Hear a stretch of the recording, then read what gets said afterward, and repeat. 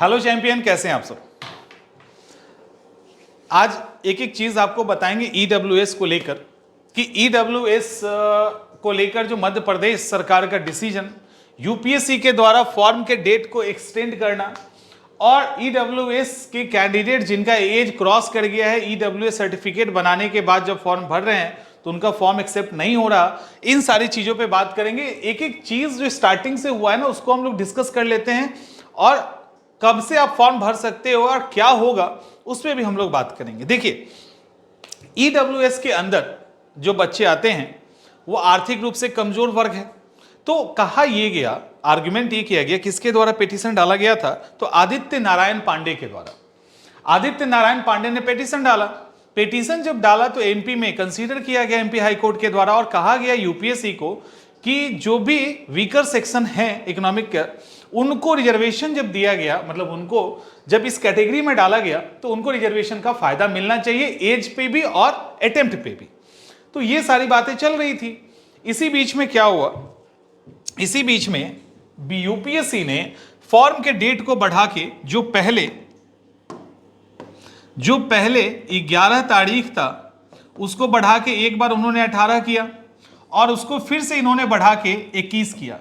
जब इन्होंने 21 किया ना, तो ईडब्ल्यूएस सेक्शन वाले बच्चों को लगा कि ये हमारे लिए ही किया गया है।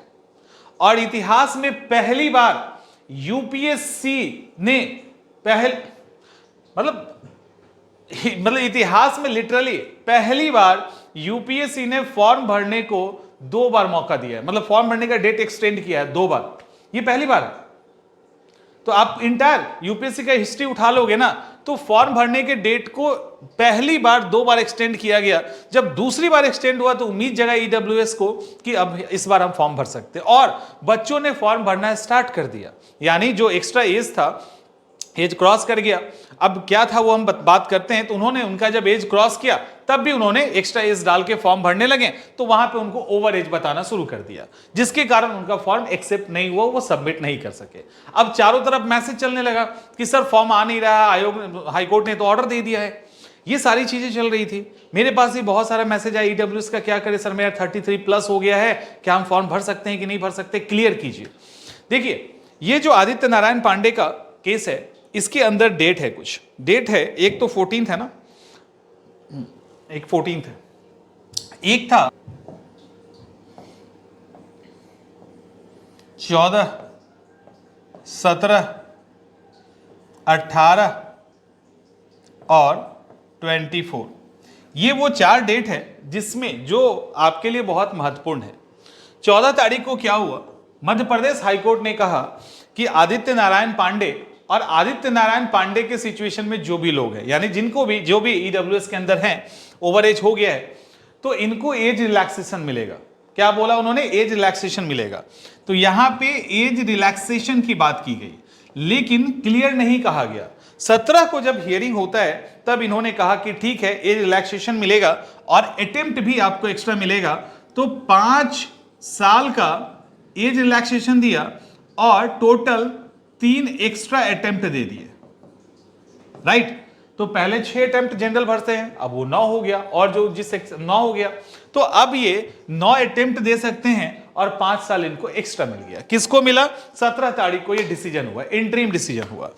फिर इसको लेकर जिरह 18 तारीख को हुई। 18 तारीख को आपको पता है, एक तरफ कपिल सिब्बल है स्टूडेंट की तरफ से। 18 तारीख को जब हुआ तो यहां पे यूपीएससी ने अपना पक्ष रखा। यूपीएससी ने कहा चूंकि हमारा जो नोटिफिकेशन है आपके इस आदेश के पहले आया है, तो नोटिफिकेशन में अगर हम कोई बदलाव करेंगे तो ये गड़बड़ हो जाएगा। एक तो ये, और दूसरा इसने ये भी कहा कि ये डीओपीटी का काम है, ठीक है। यूपीएससी ने और एक और तर्क दिया उनके एडवोकेट ने कि यूपीएससी और डीओपीटी ऑटोनोमस संस्था है, हाईकोर्ट ऐसा आदेश नहीं दे सकता, या मतलब उसमें इंटरफेयर नहीं करना चाहिए। कुछ इस तरह के शब्दों का प्रयोग किया गया कि हम ऑटोनोमस हैं, हम एग्जाम लेने के लिए स्वतंत्र हैं, हम एग्जाम लेंगे। और जहां तक एज की बात हुई तो यहां पे सीधा है, इन्होंने क्लियर बोला यूपीएससी के एडवोकेट ने कि डीओपीटी का जो कैलेंडर है उसमें ऐसा कुछ कहीं नहीं मेंशन किया गया है कि ईडब्ल्यूएस वालों को रिजर्वेशन दिया जाएगा।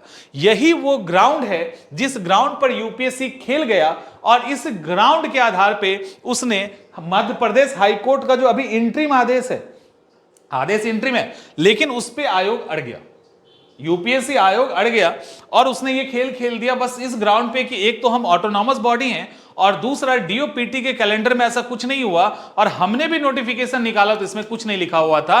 ये मुद्दा जो अभी ईडब्ल्यूएस के रिजर्वेशन का है ये हुआ था एमपी में ही। एमपी में आई थिंक टीचर का एग्जाम था, उसके नोटिफिकेशन में उनको रिलैक्सेशन देने वाला नोटिस एक निकाल दिया गया था। इसी को लेकर इसी ग्राउंड पे यूपीएससी के अंदर भी रिजर्वेशन की मांग कर दी गई। अब ये मामला 18 को फंस गया। तो कपिल सिब्बल ने कहा कि यदि ये स्टेट के लेवल पे कोई ईडब्ल्यूएस के अंदर है तो सेंट्रल लेवल पे भी उसको आरक्षण मतलब छूट मिलनी चाहिए। तो ये इन्होंने ग्राउंड रखा है कपिल सिब्बल ने। तो फाइनल आर्गुमेंट जो लास्ट आर्गुमेंट होगा उसके लिए 24 यानी 24 फैब का डेट रखा गया है। 24 फरवरी का जो डेट है इसी दिन तय होगा कि क्या होगा। आयोग बिल्कुल अड़ा हुआ है कि आपको ईडब्ल्यूएस के आधार पे एटलीस्ट 2025 में कोई रिजर्वेशन ना दे। दूसरी तरफ आयोग ने अपने आप को ऑटोनॉमस बॉडी कह दिया। आयोग ने अपने आप को डीओपीटी के साथ रिलेट करके कहा कि डीओपीटी के कैलेंडर में कुछ नहीं है इसलिए हम नहीं कर सकते या ये सही नहीं है।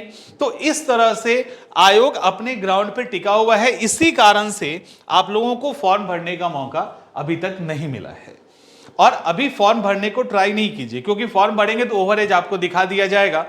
फॉर्म आप तभी भरेंगे जब यूपीएससी के द्वारा एक नोटिस जारी किया जाएगा कि आप फॉर्म भर सकते हैं। ये छोटा मुद्दा नहीं है।